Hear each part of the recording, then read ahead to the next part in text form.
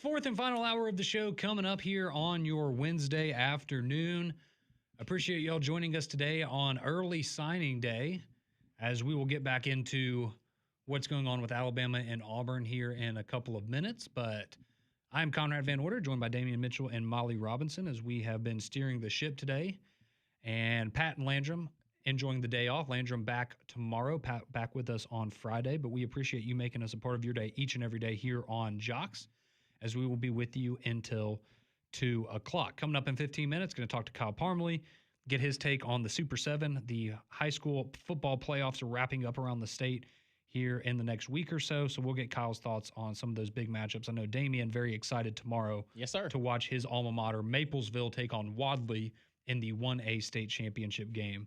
A lot of excitement around that. But where we stand right now with the early signing day period, let's make sure we have the latest numbers right in front of us. So we are going off of On3 and Rivals. And if you're an Auburn fan, you will thank me for that, because our On3 and Rivals is a little friendlier. Again, they have different ways of measuring things.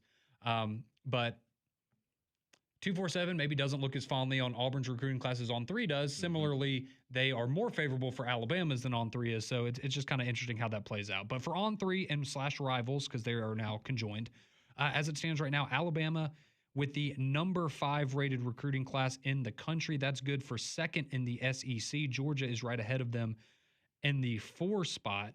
And then as we look down the list, Auburn, they've been moving around a little bit throughout the morning here. But at last check, they were 58th. And as of right now, they have moved up to 57.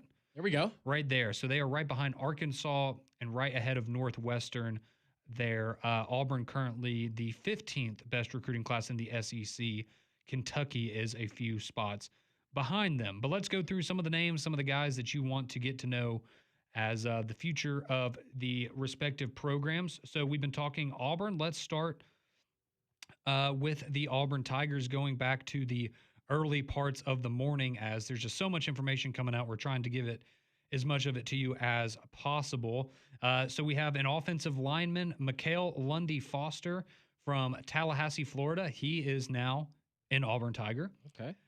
We have Wayne Henry, who is classified as a safety or an athlete. He is out of Baltimore, Maryland. He is officially now an Auburn Tiger. That's a strong name. That is a very strong name. Wayne Henry. Yeah, there's no doubt about that. A very strong name, to say the least. Jaquez Wilkes from Wadley, nonetheless. They're a linebacker. We'll see him in action tomorrow night. Yeah. But he has been committed to Auburn for some time, and he is official now, as he will be a member of the Auburn Tigers. We have a tight end, DeMarcus Broughton Jr. He is from Mobile, Alabama, tight end there. He is now an Auburn Tiger. Okay. A nice addition there. You had a flip from USF following his lead recruiter there in Alex Golish as quarterback Reese Brush. He's a 2026 quarterback. He had been committed to USF since back in February. He flips to Auburn, so he's now going to be joining that quarterback room down on the plains of Auburn. Shadarius Tootle, a big-time linebacker there out of Mobile. He is committed. He is officially an Auburn Tiger, another big name there, and one of those guys that we saw Alex Golish meeting with pretty much immediately after getting hired on Sunday. We have an offensive lineman from Fort Mitchell, Alabama, 4-star Parker Pritchett. He is coming out of George Washington Carver High School there. He is now another addition to that offensive line for the Auburn Tigers. We have the wide receiver from Saraland, Deshaun Spencer. He had been committed to Duke. He is now going to Auburn, so another nice piece there for that wide receiver room. And how about this? Everyone's favorite, right, Damian? A long snapper from Nashville, as we have Travis Wakefield from Lipscomb Academy, the 5-star long snapper. 5-star long snapper? 5, that's what his profile says. 5-star. That's what his bio says. Oh.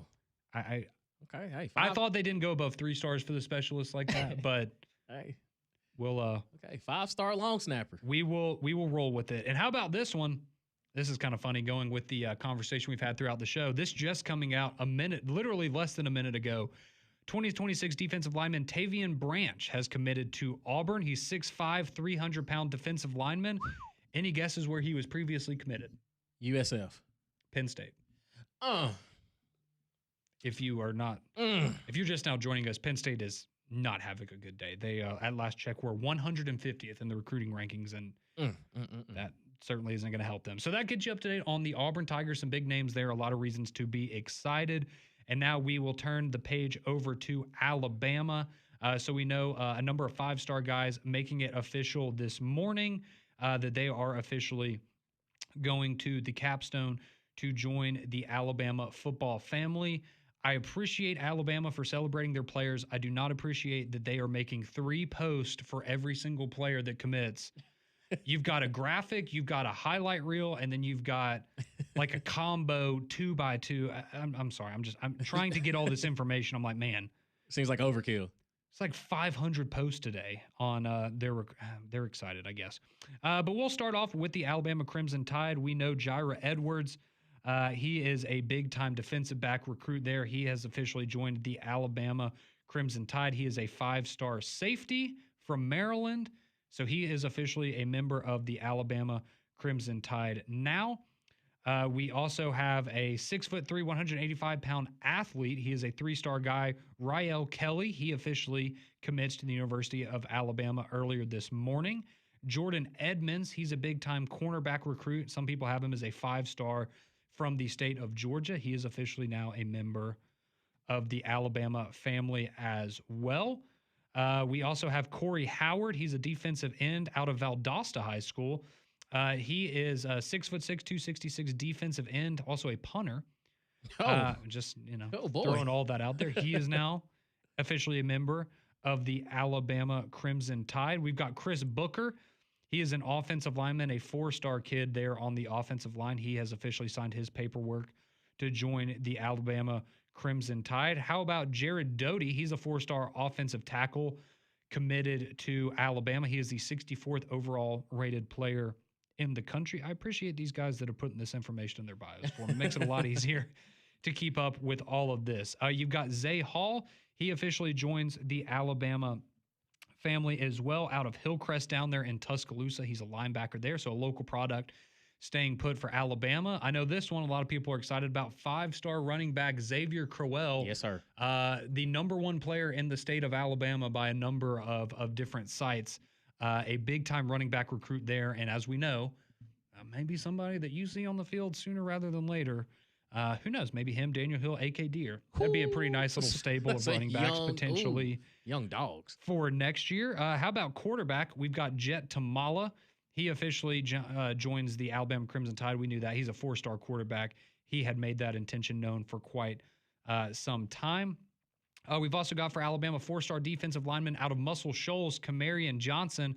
I got to see this kid as he was taking on Mountain Brook as they crushed us a couple weeks ago in the playoffs. Big boy.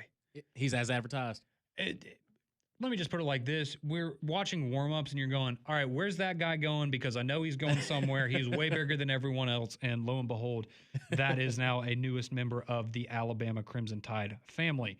Zion Gibson, he is a 4-star cornerback commitment. He is officially now a member of the Alabama Crimson Tide as well. Malik Franklin out of Daphne, he's a defensive end, tight end. He's officially committed to the Alabama Crimson Tide. A second quarterback, Taden Kawa, he has committed to Alabama. I believe he's the one out of Utah, if I'm not mistaken, who we had heard about him a couple months ago that he was planning to join the Crimson Tide. We're still going here, people. 4-star defensive end, Nolan Wilson. That's another name to know for Alabama as he joins the ranks there. You got Jamarian Matthews, a 4-star defensive tackle out of Gainesville High School. He is also a member of the Alabama class. Sedarian Morgan, some places have him as a 4-star, some as a 5-star wide receiver there for Alabama out of the state of Alabama. Another big get there. I promise we are almost done. Tyrell Miller, 6'5" offensive tackle. He is a JUCO transfer. He is going to come over and bolster the offensive line for Alabama. Max Sutter, we've heard a lot about this kid. He's a 4-star tight end, the number 3 tight end overall by a lot of websites in terms of this overall class, the number 1 player out of the state of Illinois. He is now a member of the Alabama Crimson Tide. You also have Xavier Griffin, the 5-star edge rusher linebacker from the state of Georgia. That was a big get for Alabama as he officially has signed his intent to join the Crimson Tide. So that's it There's a lot of names for both Alabama and Auburn, but wanted to, Yeah, I want to make sure, man. a lot of these names you probably heard before, but now, again, it's nice to know, oh, these kids have actually signed a piece of paper saying they're coming to my Yep. program because, as we know, until you sign on that dotted line, That's what makes it official. everyone is free game. Absolutely. So that is the big news there for Alabama and Auburn. Yeah, and Molly, your alma mater, they're recruiting. Where are they? Good, we need to. They're at they're the 93rd ranked Oh, okay. team right now. So they're between Auburn and Penn State, Yeah, Perfect. kind of in that That's arena. just where we want to be. Not that there's like 100 rankings that separate Auburn Yeah. and Penn State, but but you kind of here's the theme. These are the teams that are above Nebraska, just in the 93 spot. Eastern Michigan is 92. Woo. Bowling Green is 91, powerhouse. and Miami of Ohio at 90. Yeah, I don't know what we're doing. If I'm being Chuck honest. Martin, baby. Yeah, you're against the MAC. Like you're in MAC, somewhat MAC territory. Not where we want to be. Not where you want to be, but it's all about the quality of the player, though. That's Auburn right now. They're in the 50s, but it's all about the quality, not the quantity right now. Matt Rule, the new portal king. Exactly. It could be. There you go. And I would be fine with that. Yeah, but you're better than Penn State. And you know what? That's okay. You're not the worst. I will take that. I was about to say, you keep the defense together. Yeah. You pay the running back whatever he asks. Y'all got something to work We got a new defensive coordinator. There you so, go. Yeah. And you still got Dylan Raiola Sure. for now. For now. Yeah. And you still have Dana Yeah. for now. Oh yeah, For now. Dana Holgerson. That is Landrum's favorite coach in the history of college Yeah, he football. loves Dana. Big I'm fan. familiar. Big fan of that. Let's go to your text, though, quickly here before we get to Kyle Parmley on the Courtesy GMC text line. Jake chimes in and says, how many times did Conrad just say Alabama Crimson Tide? Probably about 100. Alabama. Probably about 100. Oh, that I was should a, have kept tally. that was a lot. I think it's probably about 15, at least 15 kids there. Let's see. This one says, sounds like Damien's Ole Miss fandom is done this year. My prediction is he will be an Auburn fan in 2026. We'll cross that bridge when we get there. We'll cross that bridge when we get to it. Hotty toddy. Here we go. This was a good Trey Wallace. He made a great analogy talking about Alex Golish. He compared it to, he said, in baseball terms, he wouldn't give it a home run, not quite a triple, but it's a stand-up double. It's a really solid. Yeah. I would say in the letter grade equivalent, not to put words in Trey's mouth, that's probably about a B. Yeah. That's kind of B, maybe B plus. Yeah. For him. This one, someone texted in on the Courtesy GMC text line. Says Alex Golish is a good hire. Auburn will win 8 or 9 games in year one. He says, I think it's an easy triple. If other teams maybe make an error, it turns into a home run. Okay. Maybe another solid comparison. And we'll wrap up with this one. Logan chiming in. He says, is being tossed around he's asking about the UAB head coaching job and some potential names to keep an eye on there. This is what I will tell you about that. Oh, I just had the names right in front of me. These are the 3 names to know right now for the UAB head coaching search. Obviously, interim head coach Alec Mortensen. I think we all agree that he's done a nice job there after taking over. But then the other 2 are Presbyterian head coach Steve Englehart, who Logan mentioned in his text here, and then Missouri State head coach Ryan Beard. Ooh. Those are the 3 names right now to keep an eye on in terms of the UAB head coaching search. And, of course, we will continue to monitor that as well. And then finally, someone says, please don't refer to Alabama as the Alabama family. We'll leave that to Auburn. It is a family down there on the plains. That's what I keep hearing. So I've heard. That is what I keep hearing. All right, next up, Kyle Parmley. Let's preview the Super 7 as the high school football playoffs are coming to a close. Kyle's thoughts on the big matchups coming up this week. That's next.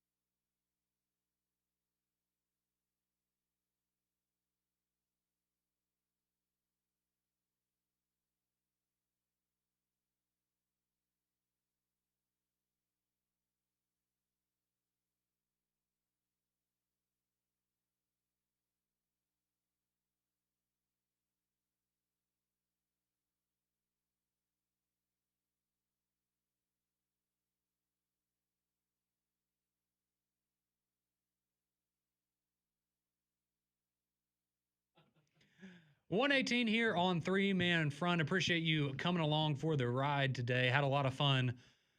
Myself, Damien, and Molly talking college football with all of you. And we'll get back to the college football talk, but we're going to pivot quickly to the high school football ranks as the Super 7 getting underway. Tonight, you've got the 7A championship game. That's going to be at 7 p.m. Opelika and Thompson. And that's just going to get the ball rolling on an exciting week of coverage here for the Super 7. So Kyle Parmley from Starnes Media, we enjoy talking to him normally on Fridays around this time, but we're moving it around to talk about the games coming up tonight and tomorrow as well. So Kyle, I appreciate you joining us a little early ahead of schedule. Should be a great week of games for the Super 7. Yeah, absolutely. Good to be on with you guys. We've got the 2 flag football games to start us off today. Looks like Moody's about to win the first one, and Central Phoenix City will be taking on Vestavia in the 6A, 7A game here in about an hour and a half or so. And then, yeah, you mentioned it, the 7A game tonight, Thompson and Opelika. That'll be a big-time game. But, yeah, 3 football field days to wrap up the high school season. I'm looking forward to it. Absolutely, Kyle. All right, so let's hit the ground running. I'll let you and Damien have your Maplesville Love Fest here in just a second. But we will, let's talk about the game tonight. Opelika and Thompson. We all know Thompson, the juggernaut. Opelika, kind of having to overcome some obstacles to get to this point in the state championship. But obviously, they've shown they have what it takes. How do you see this one going out tonight? Is Thompson going to have yet another state championship, or does Opelika have a real shot at an upset here? Yeah, I think that's going to be Opelika's biggest goal, is making sure that the semifinal game between Thompson and Central wasn't the de facto state championship game. Yeah. I mean, I think there's a couple of those matchups this week where there's a pretty heavy favorite entering the championship game, and it's just kind of a matter of a team hoping that they can come in and kind of make it a pretty competitive ball game in the state championship. But yeah, tonight is one of those. I mean, Thompson, this is their 8th straight appearance in the 7A championship game, which is just insane to think about, because not only is 7A highly competitive, but just to get a program to the state final 8 years in a row is a pretty surreal thing to do, and it just goes to show what Mark Freeman has done at Thompson, and they're here for yet another one. It's just the same old thing. They keep on winning games, and yeah, they're here once again. It was pretty spectacular in the semifinal to watch how they were able to knock off Central, held off this furious comeback. Central decides to go for 2 at the end to make a game out of it, to try to win it, and ultimately came up a little bit short. But yeah, Opelika, Brian Moore has done a really good job down there. I think he made headlines for the wrong reasons last year, by getting suspended for that Opelika playoff game after showing up at the Hoover game without the proper credentials to be on the sidelines, and that kind of stole the headlines. But that Opelika program, he's got them going in the right direction. A little bit of an upset over Auburn to get here, so we'll see. I mean, this is an Opelika program that hadn't been here very much, and they'll try to knock off the big dog in Thompson later on tonight at 7 o'clock. Well, Kyle, you know exactly where I'm going. Tomorrow at 3 p.m., it's the small town throwdown between Wadley and my alma mater, the Maplesville Red Devils. Listen, I was at the semifinal game last week between Maplesville and Leroy. Leroy was by far the best competition we had seen up until this point, and we went out there and beat them 59-18. Wadley, on the other hand, had a little bit of a struggle with Addison. Just give me your overall thoughts of how the rematch after last year's absolute beatdown by Wadley over Maplesville. How do you expect this game to go down tomorrow? Well, let me just put it this way. Maplesville will not be surprised at anything Wadley throws at them. I don't think anybody is surprised at anything Wadley throws at them. The problem is you just can't stop it. Yep. I think honestly, from last year's Super 7, it's one of the things that stuck with me the most. It's just how Wadley plays football. It's such a throwback. It's such a, nowadays we get, so enamored by these high-powered, really sophisticated offensive attacks that have all this motion and people and going all over the place and these schemes. And Wadley is just as elementary as it gets, and it works. They run their wishbone. The quarterback runs over to the sideline every single play to get the call from coach. He runs it back into the huddle. They break it, and more often than not, they hand the ball off to Jaquez Wilkes, and he runs for a lot of yards. and that's what he did last year in the championship game. And Maplesville just had no answer, and I don't think anybody would have had much of an answer on that day. So we'll see. I mean, we talked a little bit last week about the Maplesville, what they've been doing this year. They gave up like 18 points last week, and for their defense, that's like giving up 100 the way that they've been playing this year. I think it ruined their scoring average this year. I think it went from like 2.1 to 3.2. So Maplesville, I mean, their run this year has been, I mean, dominant's not even the right word. So I'm looking forward to the rematch tomorrow afternoon to see if they'll have an answer. You know, I kind of feel like they'll do whatever it takes to not allow Wilkes to go for 305 touchdowns again. So we'll see. They'll have to answer back and see what they can counter with. That sounds like a great defensive game plan. Don't let him run for 305 touchdowns. All right, Kyle, let's look at the 6A championship game. You've got Clay Chalkville and Saraland. That game is going to be going on December 5th on Friday at 7 o'clock. How do you see this one matching up between two of the very best teams in the state? I can't really think of a better way to cap off the Super 7 than this 6A game on Friday night. This is a rematch between Clay Chalkville and Saraland from 2 years ago. This will be their third state championship meeting. Clay Chalkville won it in 2014 and 2023 against the Saraland team. But, you know, these are two programs that just, you know, ever since their inception as schools, I mean, I think Clay Chalkville is about 30 years old, Saraland a little bit, half of that or so. And these teams, they make the playoffs every single year. They're in contention every single year. And 2 years ago, we got treated to an absolute classic. Jalen Mbakwe for Clay Chalkville and Ryan Williams for Saraland. You know, they're teammates in Tuscaloosa now, but back then they were the stars for their team, and they put on a great show in the 6A game a couple years ago. But this, you know, we've talked about this Clay Chalkville team a lot this year, and just how I've been so impressed by how Clay has been able to hold that focus, you know, all year long. It's rare for any football team, much less a high school team, to be able to have that, you know, that laser focus, to not deviate and not have off weeks and not just lay eggs. I mean, like Clay Chalkville has come out pretty much every week this year, all 14 games, and pretty much taken it to their opponent. So it's been really neat to see. They lost to Muscle Shoals in the playoffs last year, and ever since that day, they've been on a mission, and that mission concludes on Friday night against the Saraland team that is, you know, equal parts good. You know, these teams have been 1 and 2 in 6A most of the year. So you get what you hope for in the 6A championship game, number 1 versus number 2. Both teams are used to being here. They expected to be here. And I'm expecting a pretty highly competitive game to kind of cap it all off. Yeah, and Kyle, looking at 5A between Moody and Viger. Moody, I mean, I hope I'm not offending anybody by this, but in years past, at least when I was coming up, Moody was never really this dominant, but they find themselves in the state championship again. What can you tell us about this matchup going on tomorrow? Yeah, Jake Gaines has absolutely transformed the culture and the expectation of Moody football. I mean, like you said, a good year for Moody would have been to make the playoffs up until Jake Gaines arrived on campus 4 years ago, and they've done nothing but win. They've won double-digit games 4 straight years. They made it to the state championship game for the first time last year. Came up 3 points short, and I know that clip of Jake Gaines in the post-game press conference last year has started to make the rounds this week, and you know, he was pretty forthright. You know, it's easy for a coach to sit in the post-championship press conference and say, we'll be back next year. But I think Jake knew what he had coming back, and he meant what he said when he said that, you know, you'll see us here next year, and here they are. You know, they've got to go up against a really good Viger team. It's certainly not going to be easy for Moody. Viger knocked off Williamson last week in the semifinals, and Williamson had looked like the best team in 5A for at least probably the second half of the season. So Moody's going to have their hands full, but they're as equipped as they've ever been. I mean, this program is just, they've won a ton of games the last 4 years.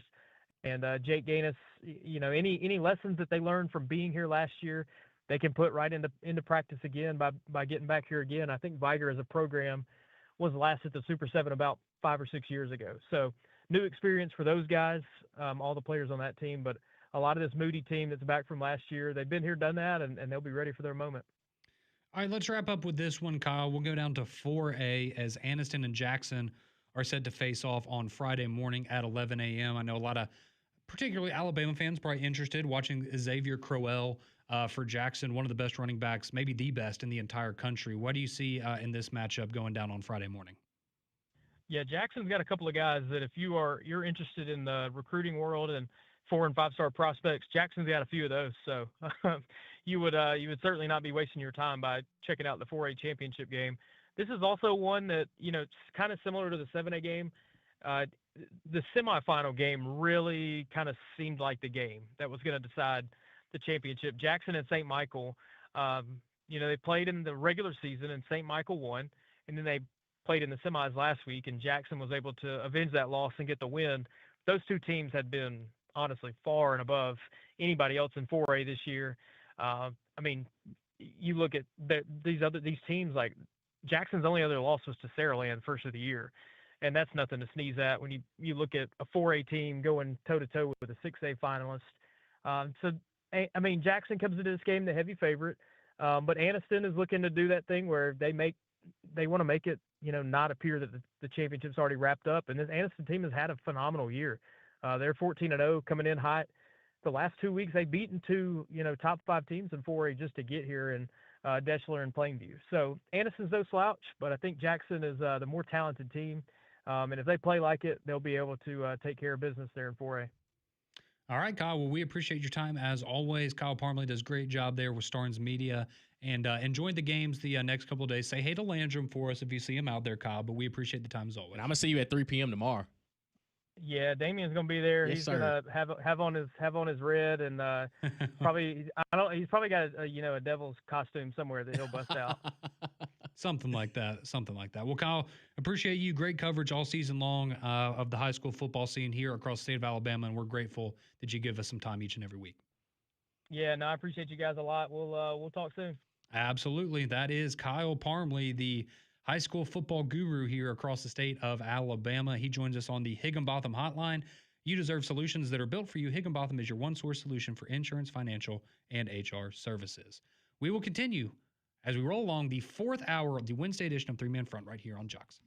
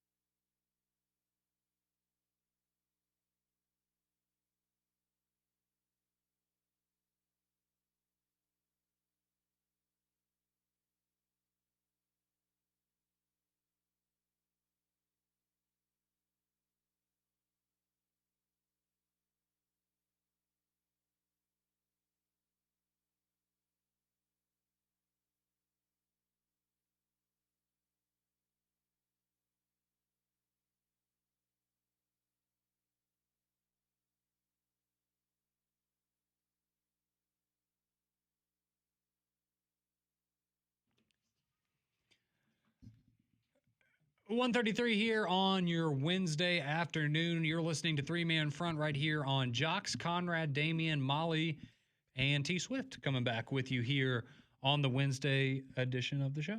Are you Apple Music or Spotify guy? Apple Music, yeah, I got my replay thing. I'm Spotify. Spotify. Mm-hmm.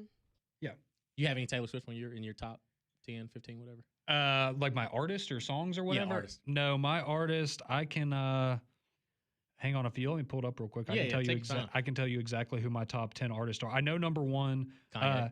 My top 5 that it has right here were Drake, Playboy Cardi, The Weeknd, Pierre Bourne, and Kanye West. What? Playboy Cardi is number 2? Playboy Cardi. Yeah, man, I listened to that album a lot this year. You're sick. That was my top 5. I did not have any Taylor Swift on my Well, T Swizzle was replay, my number whatever. 1. So Was the Wicked? surprisingly, no. But Ariana Grande was one of my most listened to artists. Mine was The Weeknd at 1, Drake 2, Morgan Wallen 3, Metro Boomin 4, and Key Glock 5. Yeah, you love Florida Georgia Line so much they're not even They're on 6. not even on your list. They're there. 6. They're only separated by Key Glock by 30 minutes. So, So You're I can making change that fun to- of me for listening to Playboy Cardi and you listen. well, you- mine were Taylor Swift number 1, Sabrina Carpenter number 2, Drake number 3, Ella Langley number 4. That one kind of She's from surprised me. Alabama, isn't she? Yeah, she is. Yeah. She's from Montgomery. And then SZA was number 5. SZA. That's Mhm. pretty. There you go. You like SZA like that? I love SZA. Okay. Mhm. SZA. Yeah. You know Taylor about Swift the was I've video. loved her since like 2017. Yeah, Taylor though. Swift was number 9 for me, right behind Future and Lil Wayne. Yeah, you know what? That is actually Yeah, really she's usually funny. paired with those. Yeah, with those just- two. That's not on there. I will say the one that people are going to give me hell for this, and that's fine. But my number 10 was Justin Bieber because I actually really like the Justin Bieber album. Swag was in my top 5. Yeah, Yeah. Sweet Spot. Albums. Those were good. Yeah, those, Sweet Yeah. Spot.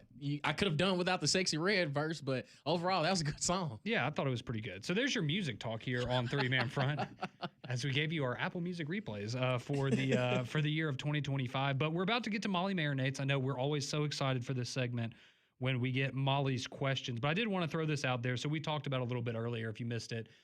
Vanderbilt, they flipped a 5-star quarterback, Jared Curtis, from Georgia yesterday. So that made a ton of headlines for, wow, this is a new era of Vanderbilt and college football. So not only did they flip someone from Georgia yesterday, they just flipped somebody from Alabama today. What? So Vanderbilt has flipped 3-star wide receiver Owen Cabell. He had been committed to Alabama. He's from Nashville, Tennessee. He is now going to go join Vanderbilt. He is from Christ Presbyterian Academy. Oh yeah, Familiar? CPA. Mhm. Okay. So he's a local kid, but he's staying there. 6'3", 205. Got a good frame. At receiver? Got a good frame. Yeah, Okay. got a good little frame there. So mark that down. Vanderbilt has now flipped somebody from Georgia and Alabama in the last 24 hours. Pretty remarkable as far as college football goes. But let's have some fun here Let's do it. as we wrap up the show. This is what we call normally Pat Ponders, but today Molly Marinates.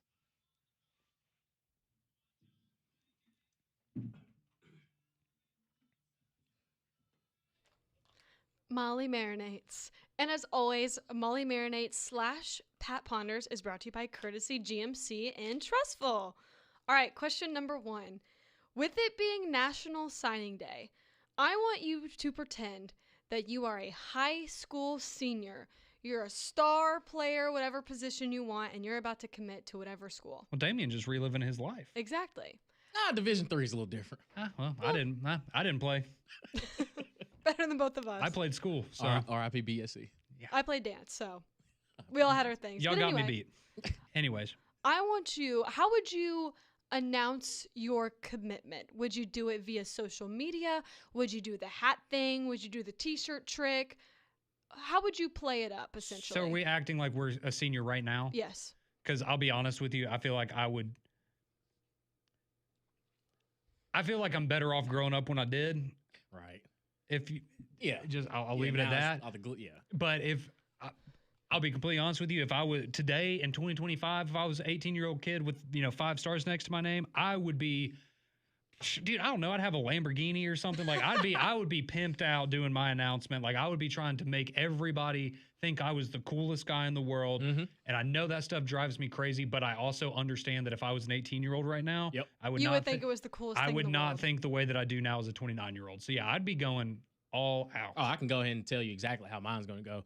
I am at Maplesville High School right now. Mhm. I'm inviting everybody out to the parking lot, and I'm gonna pull out my phone and I'm gonna call coach and I'm gonna say, hey, go ahead and pull it up. And it's gonna be a red and powder blue Lambo pulling up to the parking lot, and hops out. Well, Pete Golding.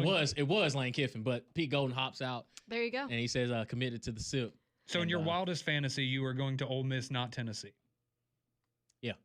Okay. Wow. That's I surprising. love Ole Miss. I love Oxford, Mississippi. I am shocked. For the next few weeks, and then we'll reassess. I love Ole Miss. Yeah. Are you ready to commit right now? Will you be an Ole Miss fan next year? What's your next question, Molly? All right, Molly, let's move on. That's all we needed to hear. All right, next question. Without looking at their schedule for next year, because I know we don't have the 2026 schedules memorized yet, but what would you set the over-under what would you set the over-under for the number of wins that LSU will get next year? Ooh. 8.5. Whoa. That's what I'm talking about right there, brother. That's that You guys are Florida. like, That's that Florida Georgia line in us. So you both said 8.5. 8.5. 8.5. Okay. Yeah, because Like I said, without having the schedule memorized, just Yeah. I think they will have the potential to, like, I could see them being in contention for a playoff spot. We just need to, Lane's got some blowing in him. again, we got to know what the roster is going to, who's the quarterback going to be, Right. things like that. But I think right now it's safe to say that Yep. bare minimum you should be, I think LSU fans might say 9.5, but Yeah. I think 8.5 is fair. All right, now part two. Wait, question 2, part 2. What Ole- about for Ole Miss? Ooh, Ole Miss. Mm-hmm. 8.5. For both of them? I say 9. Okay. I Of hate course Lane. you would. I hate Lane. Well, because, 'Cause you LSU hate has to go to Ole Lane. Miss next year. And Can't stand Lane. yeah. I love what Pete Golden's building up over there. Love it. Hotty toddy. I would say my early take on that one, I'll take Ole Miss Thank you. Okay. and that matchup. And we get him at home. I That know. is true. You do get them Come at on. home. Come on, bring it on back. Who is this we? Ole Miss. Okay, Big Ole Miss guy. Huge. Well, we know. for Loves. now. All right, question number 3. If you could pick any person in the world of college football to replace Hunter Yurachek as the CFP chair, who would you pick? Literally anybody. Ah, I mean, And last night's show is what made me inspired this question. yes, I will say this. I'm going to take this guy out of the mix because I think we would all say Nick Saban would be the Yeah. obvious answer to lead course. any sort of committee like that. Him not being considered. I just don't want to have a sitting AD. I agree with that. Has General Clark ever been the actual chairperson? I don't think don't he's think ever so. been the actual chairperson. I think he's done a really good job, and I just know him because when we go to SEC Media Days, he will speak with the media, and he's always very nice about, like he'll stop and talk to you and stuff.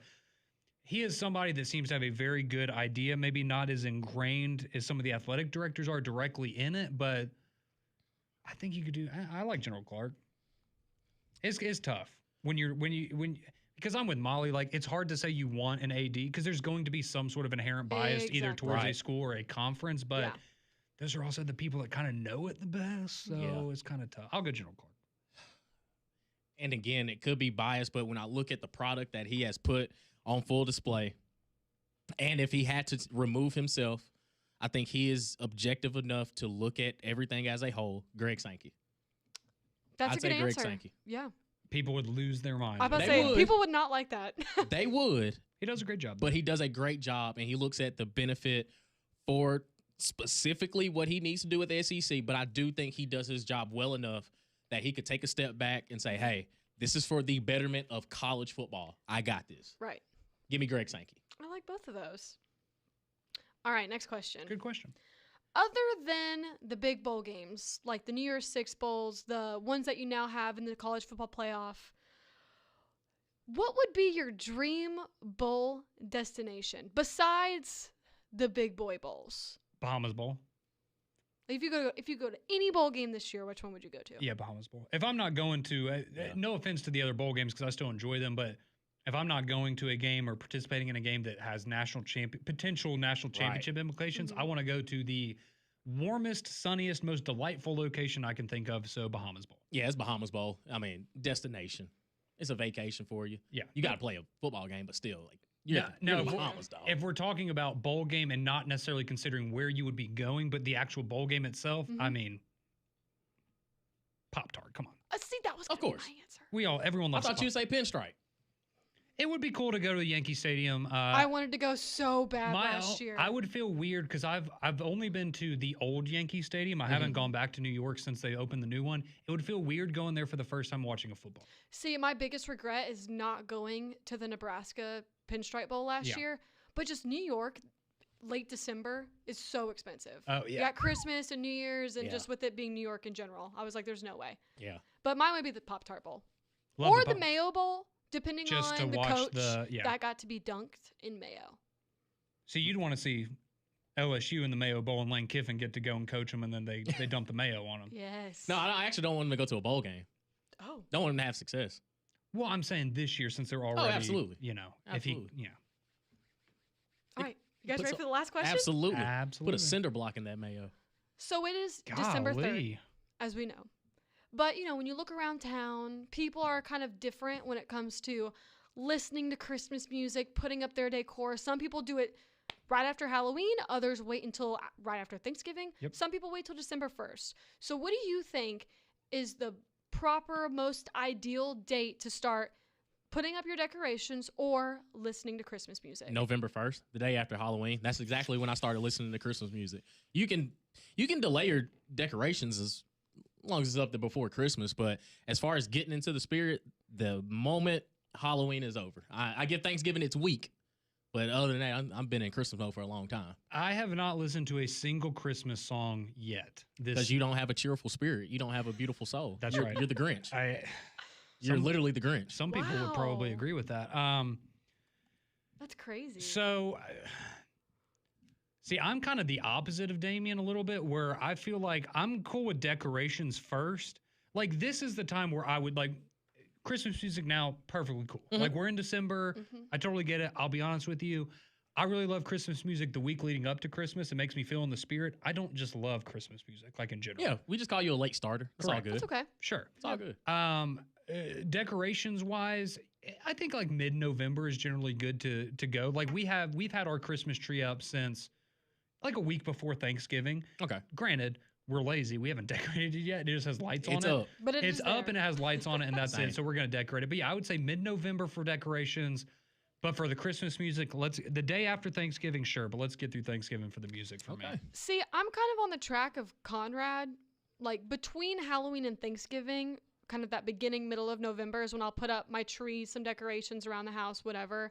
And then Christmas music, I'll usually start on December 1st. Late starters. Yes. See, and I like there's nothing better, like, last night, whatever, me and Paige are at home, we're watching Stranger Things, and we're sitting there, and you just got the light of the Christmas tree going on in the background. Like, It it's is just, the it's best. nice. You just feel, it feels warmer and like nice, and we got, you got some nice balsam candles going because we have a fake tree. So Yeah. it smells like Christmas. Yeah, I love that. I feel you. We're all in the Christmas spirit. It's just some people start a little bit early. By the way, do you like Stranger Things? I hadn't started the new season. I haven't just started yet either, but I'm really excited. It is good. It is not as good as the other ones in my opinion. Really? figured. The You can tell they're trying to put a bow on it. I will just say this: the writing's kind of weird, and again, not to be a stick in the mud kind of guy. I don't love hearing GD every other sentence, Oh Lord. and that's kind Yeah, of a I lot. don't know. I They done just got grown, haven't just to throw that out there, if you're a parent, like Probably that, yeah. I don't enjoy that. I don't say that personally. I don't. Yeah, I just kind of rubs me the wrong way. But it's if you like the show, you're gonna like it. It's still Okay. it's still fun to watch and stuff. But some of the it's just like you Yeah. can tell they're running out of steam a little bit. But generally, still That's Hawkins for you. Crazy stuff happens. The up crazy there. stuff. Yeah. Hawkins High probably recruiting better than Penn State right now. I would certainly put my money on that. Well, great questions, Molly. We appreciate you always bringing the heat on Molly Marinades. But let's wrap it up with some of your texts, 205-834-9450. Let's get to as many as we can. Your thoughts on everything we've discussed today. That's coming up next on Jocks.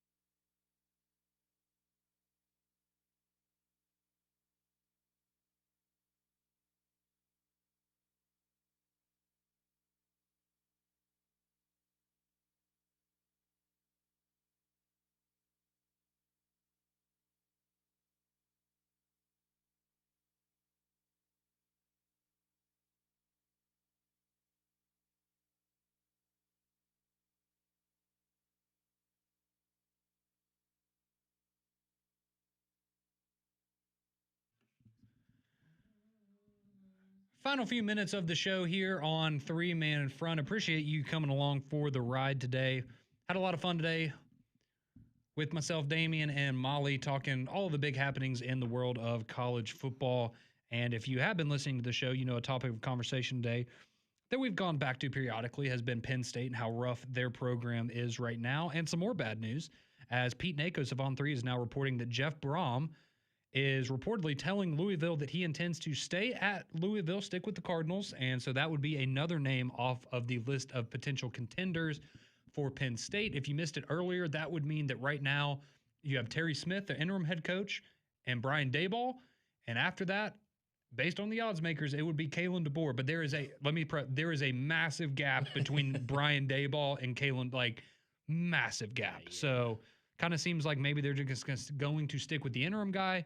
If they can hire Daboll, maybe that's the way they go, but certainly not. Some good news there for Penn State as we close out the show with your text messages on the Courtesy GMC text line. You send them in, we read them. All right, JJ, he chimes in. He says, hey, y'all, question for Conrad. If an Alabama loss to Georgia was going to result in Alabama not being in the playoffs, would you still be going to the game? That's a great question. I already said earlier, if they were playing Oklahoma, I would not go. But yes, I would still go. I'm going for work. I mean, I am looking forward to going, but I am technically going for work. I will be covering the game for Jocks, but yes, I would still be going regardless. But if Oklahoma was playing, I probably would have had an excuse for why I could not be in Atlanta this weekend, because I'm not trying to do that to anybody. Obviously, that is the one matchup that I do not need to participate in ever again, as far as Alabama and Oklahoma are concerned. This one says, the Red Stick ain't seen nothing like Joey Freshwater. Let the good times roll on the bayou. Okay. Right, Damien? Yeah, sure. Have fun. Right? Hope he has a great time. And they suffer. Yeah, okay. I don't like that guy. Let's see. Jimmy says, as an Alabama fan, I'm not happy about Auburn's new coach because he's great. At least the Iron Bowl is at Bryant-Denny next year. There you go, Auburn fans. That's what you wanted to hear. Scared. I didn't enjoy those USF games. I'll just say that. Now they're in orange and blue. Didn't have a lot of fun with that. Collins from Pell City says, of all the unrealistic things in Stranger Things, this is the most unrealistic. It takes place in Indiana in the 1980s, and I've never heard them mention Larry Bird or Magic Johnson.